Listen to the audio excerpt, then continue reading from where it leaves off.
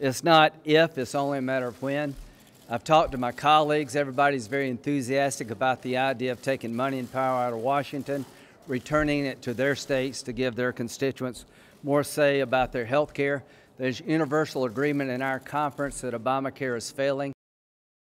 With a process that gives more attention and time, we will repeal and replace Obamacare with a block grant called Graham, Cassidy, Heller, Johnson.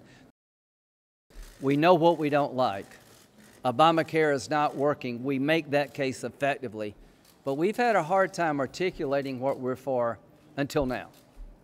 Now we have something to talk about that makes sense to 50 Republican senators, a lot of governors, and I hope the American people. To the leader, thank you. It's complicated, it's difficult politics. Instead of quitting, you allowed us to move forward, and oh my God, how far we've come in such a short period of time. To President Trump, thank you for engaging. To Vice President Pence, you have moved mountains. Governor Pence has shown us that with flexibility, governors with the right attitude can improve quality. It's called Healthy Indiana. We're coming back to this after taxes. We're going to have time to explain our concept. We'll have a better process, and we're going to take this show on the road.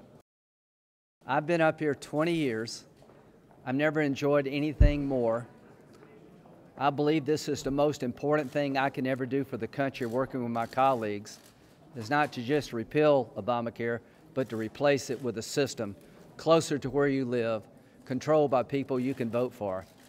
And we're going to get there.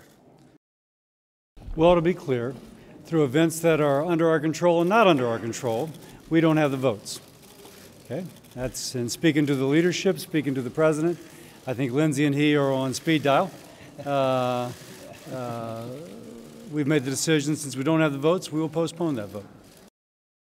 To my Republican friends throughout the country, there's plenty of fight left in us, like there's fight left in you. And finally, to my Republican friends, we've got an idea that defines us differently than our Democratic friends, because the choice they're going to give you when Obamacare fails is Medicare for all, which will be Medicare for nobody.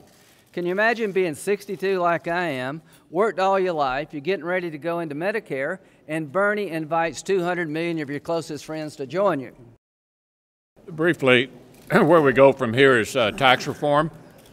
Senator Corker and Senator Toomey have reached an agreement on the parameters of the budget resolution.